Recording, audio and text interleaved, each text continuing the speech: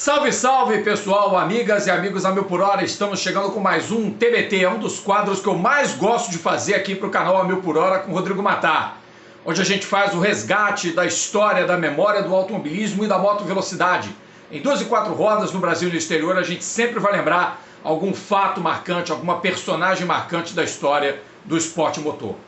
E esse que nós vamos lembrar é uma personagem marcante, porque sua perda, sua morte, completa 35 anos neste dia 15 de maio, quando acontecerá a prova da Fórmula Indy no misto de Indianápolis. Ele não passou pela Fórmula Indy, mas foi um grande nome da Fórmula 1 durante sua época. Eu falo do italiano Hélio De Angelis, o príncipe negro que disputou 108 grandes prêmios entre 1979 e 1986 na categoria máxima do automobilismo mundial. A trajetória do Hélio começa como kartista no início dos anos 1970, ele que nasceu em 26 de março de 58 na capital Roma, filho de um industrial, de um magnata, de uma família bastante abastada.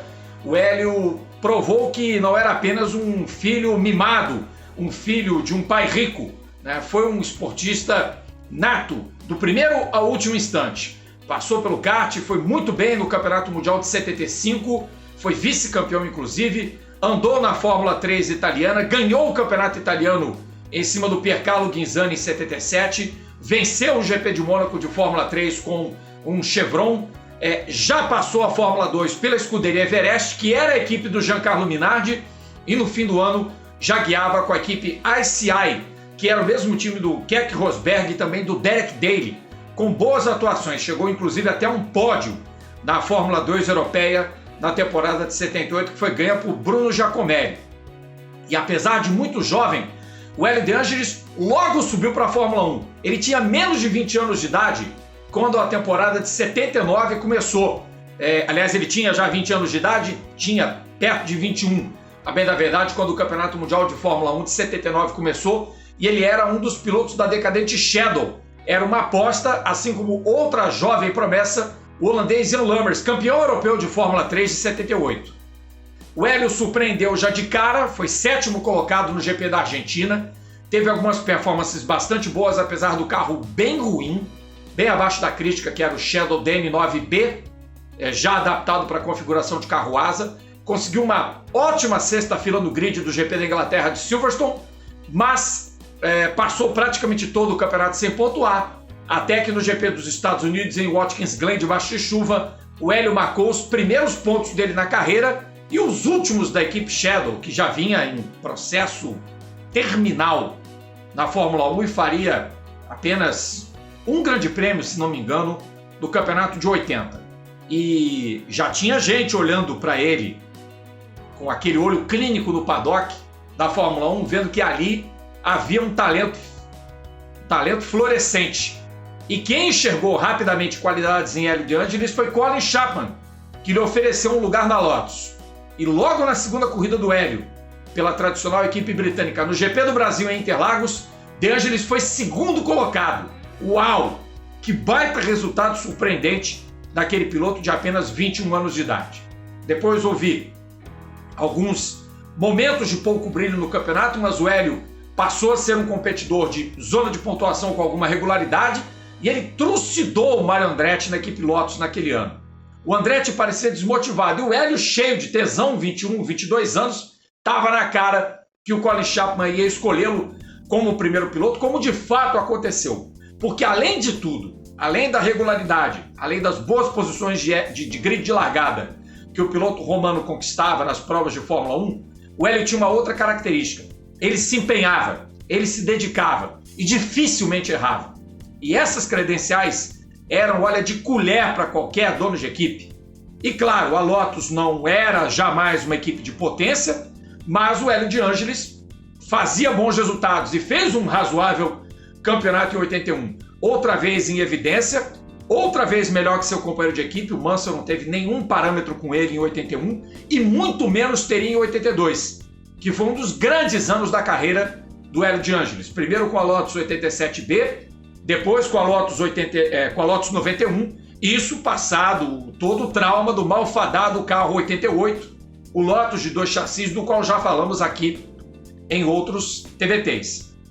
E o Hélio de Ângelis é protagonista de uma das chegadas mais emocionantes da história.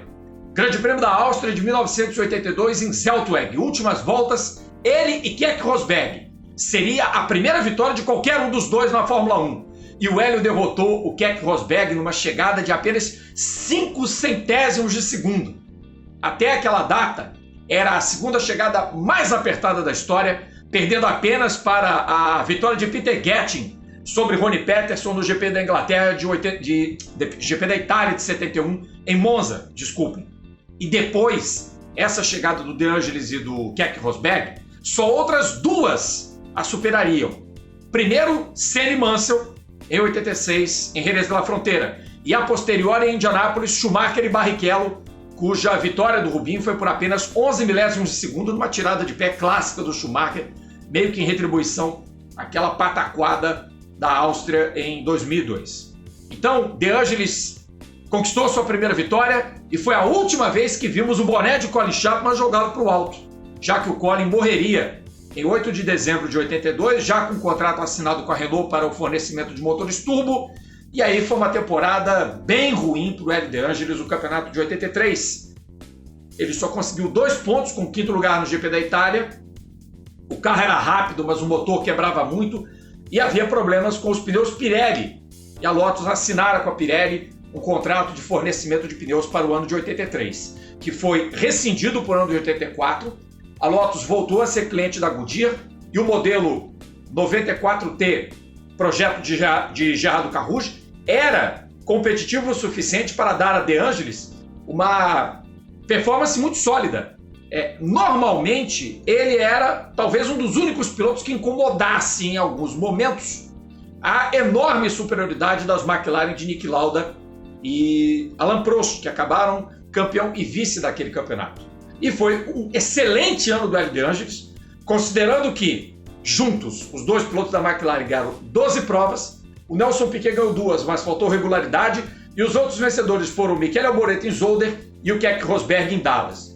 O De Angelis não ganhou nenhuma corrida, mas subiu várias vezes ao pódio e foi o best of the rest do campeonato de 84. Até ali, tudo corria às mil maravilhas para o pianista, para o príncipe negro. E pianista, por quê? Porque o Hélio de Ângelis, ele, além de uma pilotagem refinada e de sua educação abastada, de ser um filho de industrial riquíssimo, né? Ele tinha a formação de piano clássico. E em 82, quando houve a greve dos pilotos em Kyalami, quem entretinha os colegas ao piano era Hélio de Ângelis. E em 85 ele foi protagonista de um concerto por ocasião do GP da Alemanha, que foi disputado no Nürburgring. Ouçam Hélio de Ângelis ao piano aqui nesse TBT. Am weißen Flügel, Elio De Angelis.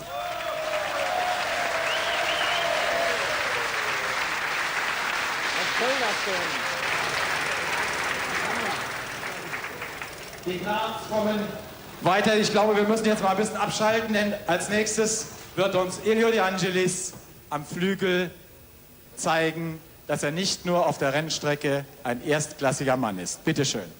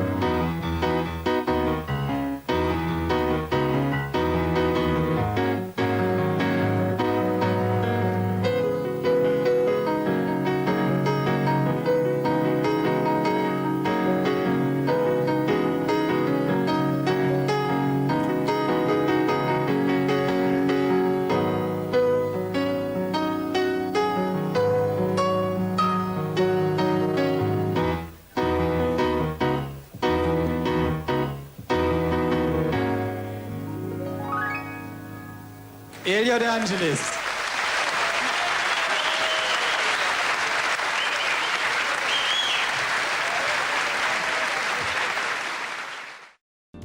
Demais, né? Que momento bacana, Elio De Angelis tocando piano para os seus colegas da Fórmula 1. Mas o Elio De Angelis veria a valsa dele dar uma desafinada violenta dentro da Lotus, quando, para a temporada de 85, a equipe, já com Peter Warr como seu gerente geral, tem Ayrton Senna da Silva como novo piloto. E aí a maionese do De Angelis desanda. Muito embora o piloto italiano tenha começado o campeonato como a principal figura da equipe, e o Senna, evidentemente, com toda a humildade, reconhecia que a equipe era mais do Elio De Angelis do que dele. Mas o Ayrton Senna ganhou o GP de Portugal. Na prova seguinte, o Elio De Angelis acaba premiado com a vitória do GP de San Marino, que é uma corrida caótica, onde ninguém quer chegar, ninguém quer ganhar, porque o carro do Prost está fora do regulamento. Aí o Hélio vence a corrida e assume a liderança do campeonato. E é o último momento em que o Hélio é superior ao Ayrton Senna. Porque o Ayrton trucida o Elio De Angelis, arrasa o Elio De Angelis de uma tal forma que psicologicamente o romano está destruído quando o campeonato acaba. O Senna, com aquela coisa implacável que ele sempre teve, ele arrasa o primeiro adversário, nocaute no Elio De Angelis. E faz com que o pianista saia da Lotus depois de 6 temporadas e vá para Brabham. Ele assume o lugar do Nelson Piquet, junto ao Riccardo Patrese, né? O Piquet era o piloto titular em 85, o segundo piloto era o Marc Surra, né? Na grande parte daquele campeonato. Houve também um piloto obscuríssimo chamado François Hinault, mas eram Patrese e Elio De Angelis. E claro, a Brabham ainda era uma equipe com algum nome na Fórmula 1. O grande problema para o campeonato de 86 foi que Gordon Murray resolveu arriscar num projeto que, em princípio, parecia uma ideia genial, um carro ultra baixo, com centro de gravidade menor do que qualquer outro Fórmula 1. O problema foi a montagem, a concepção do motor BMW 4 cilindros em linha. Se deitado ou se em pé, ficou aquela coisa duvidosa, e o Hélio jamais se adaptou ao BT55, o carro que era conhecido como o Skate. E para ele, para o Elio De Angelis, para o ego dele, que já estava em tiras depois do que tudo que aconteceu no tempo dele de Lotus, com o Ayrton Senna tendo arrasado no campeonato de 85, ele viu que ia padecer, que ia comer o pão que o diabo amassasse na Brabham na temporada de 86. Para vocês terem uma ideia, na última corrida da carreira, antes do fatídico dia 15 de maio de 86, o Hélio larga de último no GP de Mônaco, que é a 4ª corrida do campeonato daquela temporada. Nunca o Hélio largara da última posição de um grid. Pelo menos com a Brabham, pelo menos com a Lotus, talvez com a Shadow. Mas com as outras equipes boas que ele competiu, isso não tinha acontecido. E aí, claro, moral arrasado, e aí as equipes tinham a prerrogativa de fazer testes particulares, e lá foi a Brabham para tentar dar um mínimo de competitividade ao BT55. E aí aconteceu uma falha estrutural na asa traseira do carro do Hélio, no S de La Verrière, que é o primeiro de Paul Ricard após a reta dos boxes, e o Brabham decolou. E o Brabham decolou e capotou, e pegou fogo. E Hélio dentro do carro.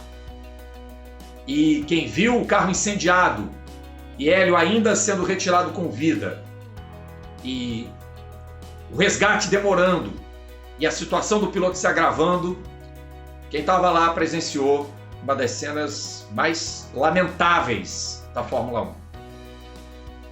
Porque a Fórmula 1 não vivia uma tragédia como aquela no teste particular. Em teste particular não morria um desde o Patrick Depailler em Hockenheim. 82 tinha sido um ano trágico pelos acidentes com o Villeneuve, com o Riccardo Paletti, e também a perda de chance do Didier Pironi, que não morreu, mas ficou gravemente ferido num acidente em Hockenheim. E aí, em 15 de maio de 86, era um dia de semana, estou assistindo o Globo Esporte e vem Léo Batista com um urgente durante o programa. E a notícia: acaba de falecer em Paul Ricard, na França, Marseille, o piloto italiano Elio De Angelis, apenas 28 anos de idade. Hélio De Angelis, de presença marcante por sua finesse, por sua regularidade e principalmente por um apetrecho que sempre foi a marca registrada do piloto de competição, o capacete. Hélio me marcava por usar um modelo Simpson Bandit, muito parecido com os Stormtroopers do Star Wars. A coisa mais linda que eu já vi no automobilismo é aquele capacete da Simpson. E o do Hélio era maravilhoso, branco, elegantérrimo, com faixas azul e vermelha. Tinha lá o Holy Gold, que era um patrocínio dele pessoal, e o John Player na testeira, ou Essex, enfim, porque foram os patrocinadores da Lotus. E também na época da Shadow, ele já usava o Simpson Bandit. Até o 83, esse foi o capacete do Hélio.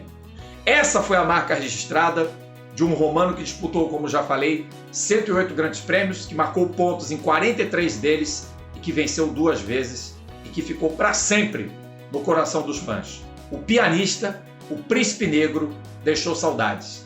Morte prematura, morte trágica, que pena, podia estar entre nós. Há 35 anos, Hélio De Angelis se despedia das pistas e entrava para a história, de uma certa forma, até porque, depois dele, a Fórmula 1 só veria outras mortes, só teria outra tragédia, muito tempo depois, em 94, no negro fim de semana do GP de San Marino, em que morreram Roland Ratzenberger e Ayrton Senna da Silva, que fora companheiro de Hélio De Angelis na Lotus.